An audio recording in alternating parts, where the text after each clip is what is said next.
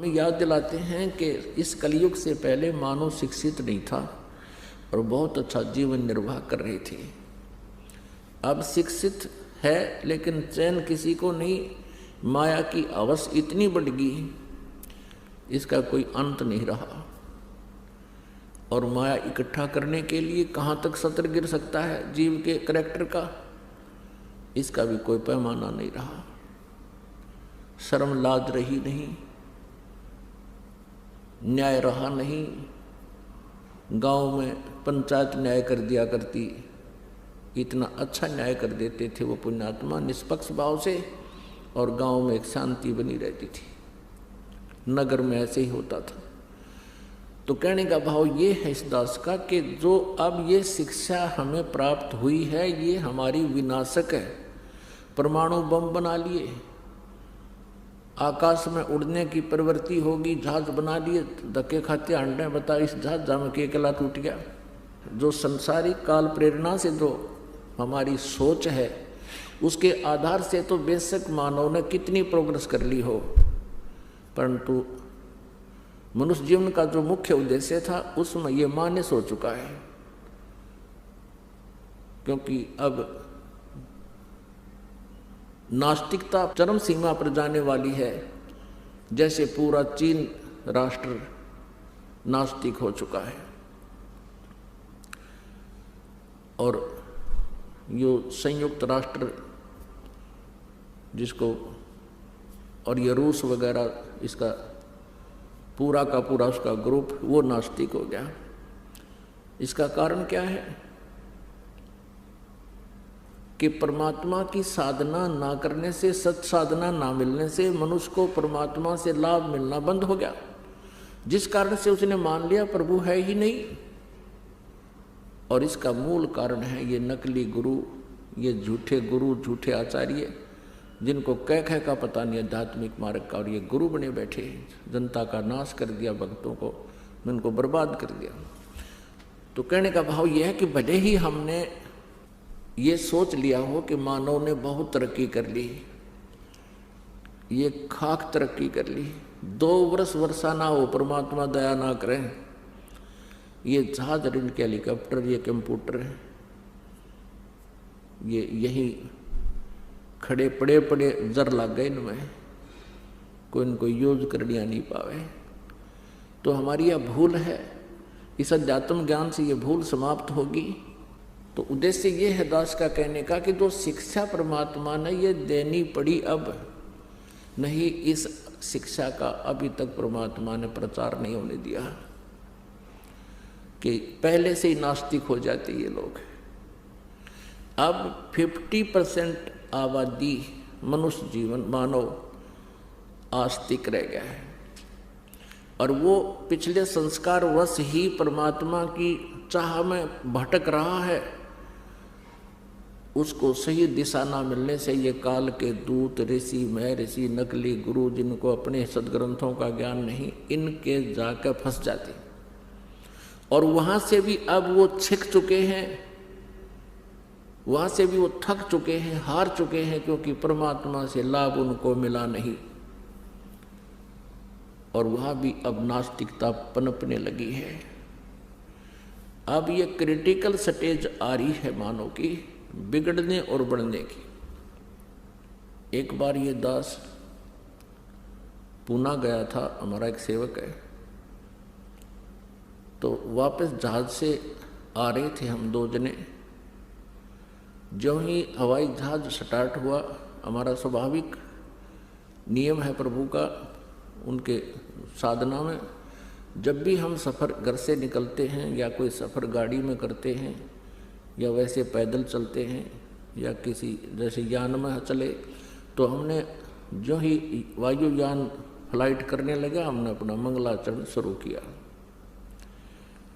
उसी सीट पर तीसरा और बैठा था। वो जब हमने वो अपना मंगलाचरण बोल लिया, वो बाबूजी कहता है, आप क्या कर रहे थे, क्या कर रहे थे? हमारी मंगल कामना कर रहे थे कि यात्रा सफल हो। अब हमने कोई खास जवाब नहीं दिया, मैं इसने कि कमाई कुछ गर्दन सी हिलाकर मैं चुप हो गया। अरे वाह, अब 20वीं सदी में, 21वीं सदी में, और ऐसे विचारों के लोग शेष हैं। कहीं भगवान नहीं है, आकाश तक ढूंढ लिया, सब तक खोज मार कर ली है, कहीं भगवान नहीं। मत देख बुद्धू आदमी, इसको गुण के समझाओ बताइए, दो सुने नहीं, क्योंकि इसकी बुद्धि विपरीत फिट होगी। तो ऐसी स्थिति आ गई इस शिक्षा से, लेकिन ये शिक्षा अब अनिवार्य थी। अब इस भूल को मिटा दिया जाएगा, जो भूल हमारे लगा दी इस शिक्षा ने, जिसको विज्ञान बोलते हैं। विज्ञान का अर्थ विशेष ज्ञान होता है, विज्ञान का अर्थ भिन्न ज्ञान भी होता है। तो ये तत्व ज्ञान भी विज्ञान है। जिस विज्ञान ने हमारे को बर्बाद कर दिया, अब ये विज्ञान, ये तत्व ज्ञान हमें फिर से आबाद कर देगा। तो पुण्यात्माओं, परमेश्वर कबीर जी ने 600 वर्ष पहले कहा था कि धर्मदास तो लाख दुहाई, ये मूल ज्ञान, ये तत्व ज्ञान की तो बार ना बताना। परमेश्वर ने अपनी वाणी में लिखा है, कबीर सागर में, सच्चिदानंद घन ब्रह्म की वाणी में, सूक्ष्म वेद में, उस तत्व ज्ञान में, कि 33 अरब वाणी हम बाख्या, यानी 33 अरब ज्ञान हम बाखा, और मूल ज्ञान अभी तक गुप्त ही रखा। अब 33 अरब वाणी बोल दी परमात्मा ने, 33 अरब, और वेदों में तो कुछ 2000 मंत्र भी कोई ना, और उस परमेश्वर ने कहा 33 अरब मंत्र श्लोक बोल दिए हमने, वो कुछ एक संग्रह किए गए हैं, और कहते हैं मूल ज्ञान हमने गुप्त ही रखा। तो वो मूल ज्ञान अब प्रकट करना था परमात्मा ने, अब वो प्रकट हो रहा है। सन 1947 से भारतवर्ष स्वतंत्र हुआ, उसी समय से समझ लो या पिछली पीढ़ी, यानी दूसरा मध्य का चरण शुरू हो गया। प्रथम चरण में परमात्मा आए थे और मगहर से सहशरीर चले गए थे। मगहर नगर से, एक नगर है, एक छोटा सा कस्बा है मगहर, गोरखपुर के पास, वहाँ से परमात्मा सहशरीर चले गए थे, और हजारों की संख्या में वहाँ दर्शक उपस्थित थे, जिसमें वीरदेव सिंह बघेल, काशी का नरेश और उसकी सेना, और काशी शहर के हजारों की संख्या में दर्शक भी साथ गए थे। और वहाँ मगहर रियासत का बिजली खान नाम का एक पठान था, वो नवाब था, वो भी परमेश्वर कबीर जी का शिष्य था। वीरदेव सिंह बघेल हिंदू भी परमात्मा का शिष्य था। वो दोनों ही भाई उपस्थित थे, हिंदू और मुसलमान दोनों ही परमात्मा के ज्ञान से परिचित हुए थे, दोनों ने परमात्मा को गुरु धारण किया था। तो परमात्मा परमेश्वर कबीर जी ने जिस समय यहाँ से प्रस्थान करना था, वो दिन निर्धारित कर दिया था, जिस कारण से कई हजारों की संख्या में श्रद्धालु और दर्शक उपस्थित थे। परमात्मा सहशरीर ऊपर आकाश को चले गए थे। अब परमात्मा ने कहा था कि मूल ज्ञान तब तक छुपाई जब तक ये 12 पंथ ना मिट जाए। अब 12 पंथ काल ने चला दिए। परमेश्वर कबीर जी जब प्रथम सतयुग में पृथ्वी पर आए, यहाँ काल के लोक में आने लगे, तो रास्ते में इस काल भगवान ने, ब्रह्म ने, ज्योति निरंजन ने, 21 ब्रह्मांड के स्वामी ने एक ऐसा स्थान बना रखा जहाँ ये स्वयं विराजमान रहता है और विशेष वाच करता है, विशेष ध्यान रखता है, दृष्टि रखता है कि कोई इस रास्ते से ऊपर सतलोक की तरफ ना चला जाए। और वहीं पर इसने एक तपस्शिला बना रखी है जहाँ पर ये जीवों को भून कर खाता है। मानव शरीरधारी प्राणियों को उस तपस्या के ऊपर भूनकर, यानी उनको अच्छी तरह तड़फाकर उनमें से ये वासना गंध निकालता है और उस गंध को ये खाता है। मानव का जो अंदर शरीर सूक्ष्म शरीर है, ये स्थूल शरीर तो यहीं रह जाता है। जैसे इसको श्राप लगा हुआ है, श्राप लगा है काल को 1 लाख मानव शरीरधारी प्राणियों के शरीर को आहार करने का। कौन से शरीर को? स्थूल शरीर के अंदर सूक्ष्म शरीर है, सूक्ष्म शरीर के अंदर पूरे जीवन में हम जितने भी चटपटे खट्टे मीठे आहार करते हैं, व्यसन करते हैं, आप देखते हो मानुष जीवन का आहार, पशु पक्षियों को देखो आप, एक सात्विक आहार करते हैं कुछ पक्षी, और कुछ एक ऐसे हैं मांसाहारी हैं जो मेंढक मच्छी आदि खाते हैं। और मनुष्य जो है इसका आहार केवल घास फूस फल फ्रूट काजू किशमिश खाना ही बनाया है। लेकिन ये काल ये टेस्ट करना चाहता है, ये मन है, मन रूप में ये काल सब में विद्यमान है। और इस मन की आदत है कि ये व्यसन करे बिना रह नहीं सकता। ये काल ने अपना एजेंट छोड़ रखा है। अब देखो शराब बनाई, कैसा जुगाड़ जोड़ कर शराब तैयार करी, इस मन काल ने बनवाई। तमाकू तैयार किया, हुक्का बनाई या तोब, किस तरह जुगाड़ जोड़ कर स्मोक हैं, और फिर पीन लगे। सिगरेट बनाई, बीड़ी बनाई।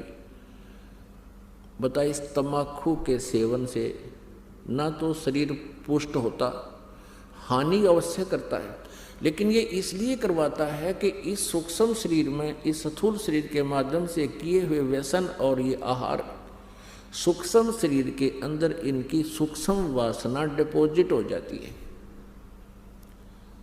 और जैसे बादाम के ऊपर छिलका होता है, वो छिलका खाण का नहीं होता, अंदर गिरी खाण की होती है, खाने की।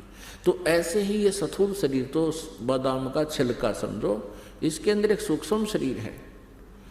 उस सूक्ष्म शरीर को तपस्या है, एक बहुत बड़ी टुकड़ी है पत्थर की, जो स्वतः गर्म रहती है आध्यात्मिक यानी ईश्वरीय शक्ति से, सिद्धि शक्ति से वो ऑटोमेटिक गर्म रहती। जैसे सूर्य है, इसको कोई चार्ज नहीं करता और असंख्य युग हो गए, नो का नो सुलग रहा है। ऐसे एक तपस्या है, उसके ऊपर 1 लाख मानव शरीरधारी प्राणियों को उस पर प्रतिदिन भूनता है ये काल भगवान। और वहाँ ये प्राणी चटक पटक करते हैं, बहुत बुरा हाहाकार मच जाती है और फिर बेहोश हो जाते हैं। और जब उनके अंदर से पूरा गंध गर्म होकर के नीचे चला जाता है उसके पात्र में, फिर इनको वहाँ से ऑटोमेटिक समय फिक्स कर रखा है। वो सभी प्राणी, वो मानव शरीरधारी प्राणी, क्योंकि इस शरीर से जब ये जीव निकलता है स्थूल शरीर से, तब तक इसका ऐसा ही शरीर रहता है, सेम टू सेम इसका शक्ल रहती है, आकृति रहती है। तो वो उसमें भी ये मानव शरीर सदस्य एज इट इज, चेहरा जैसा आपका इस शरीर का है, ऐसा ही सूक्ष्म शरीर का एज इट इज डिटो कहते हैं ना, एज इट इज कॉपी हो जाती है, डिटो कॉपी। तो उसके बाद ये एकदम उड़ जाते हैं और फिर धर्मराज के दरबार में इनकी लाइन लग जाती है। फिर आगे जैसे जिनके कर्म हैं, संस्कार हैं, उस अनुसार जिसने नरक में जाना नरक में जाओ, स्वर्ग में जाना स्वर्ग में जाओ, राजा बनना राजा बन जाओ, देवता बनना है देवता बन जाओ, गधा बनना है गधा बन जाओ। वो अलग से संस्कार बना रखे। ये तपस्या के ऊपर जब ये प्राणी वहां तड़फ रहे थे प्रथम सतयुग में, हाहाकार मची हुई थी। उस समय परमेश्वर पूर्ण ब्रह्म स्वयं अपने ही पुत्र जोग जीत का रूप धारण करके इस काल के 21 ब्रह्मांड के जुरिडिक्शन में प्रवेश किया और इसमें प्रवेश होने का एक ही रास्ता, एक ही गेट इसने छोड़ रखे है। ज्यों ही परमात्मा वहां आकर खड़े हुए उस तपस्शिला के ऊपर, जहां पर 1 लाख मानव शरीरधारी प्राणियों को भूना जा रहा था, तड़पाया जा रहा था, परमेश्वर की वहां उपस्थिति से उन सभी प्राणियों को एकदम शांति होगी। तपस्शिला ज्यों की त्यों सुलग रही है, लेकिन उसकी आंच, उसकी हीट उन प्राणियों को प्रभावित नहीं कर रही है।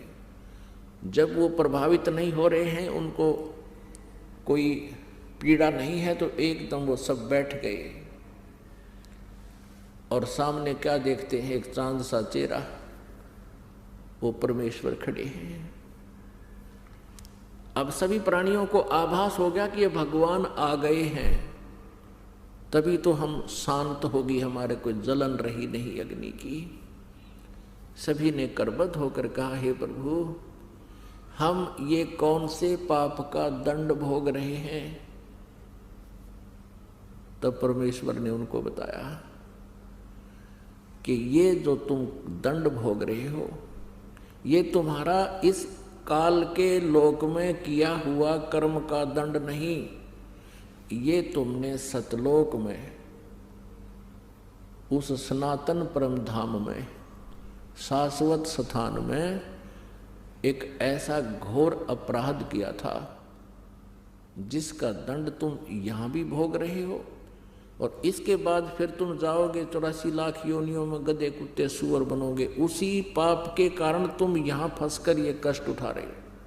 तब परमेश्वर कबीर जी ने, अर्थात जोग जीत रूप में उपस्थित परमात्मा ने कहा कि तुम काल के जाल में फंसे हुए हो। उन सभी आत्माओं को परमात्मा कबीर जी ने सृष्टि रचना सुनाई और जो हमने अपराध किया था वो याद दिलाया। अपनी शक्ति से, अपने आशीर्वाद से उनको दिव्य दृष्टि प्रदान की और पिछले जो भी सचखंड में उन्हें गलती की थी वो as a film, as a trailer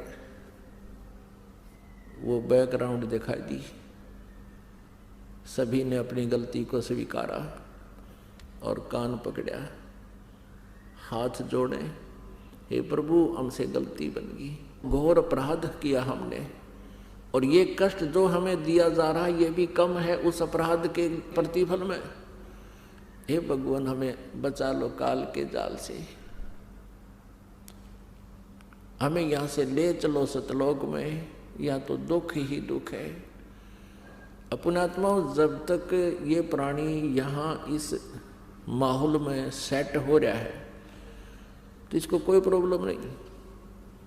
कोई मंत्री बन रहा है, कोई मुख्यमंत्री बन रहा है, कोई प्रधानमंत्री बना है, कोई राष्ट्रपति बना है, और छोटे मोटे भी पति बने बैठे हैं, जैसे कोई IAS अफसर है, IPS है, या कोई और अधिकारी है, या वैसे भी कोई जिसका 2 रोटी का साधन ठीक है, कोई फैक्ट्री लगा रहा है, या वैसे अपना ठीक गुजारा है, जमीन है, कोई दुकान है, मजदूरी करके भी कोई ठीक अपना गुजारा टाइम पास कर रहा है।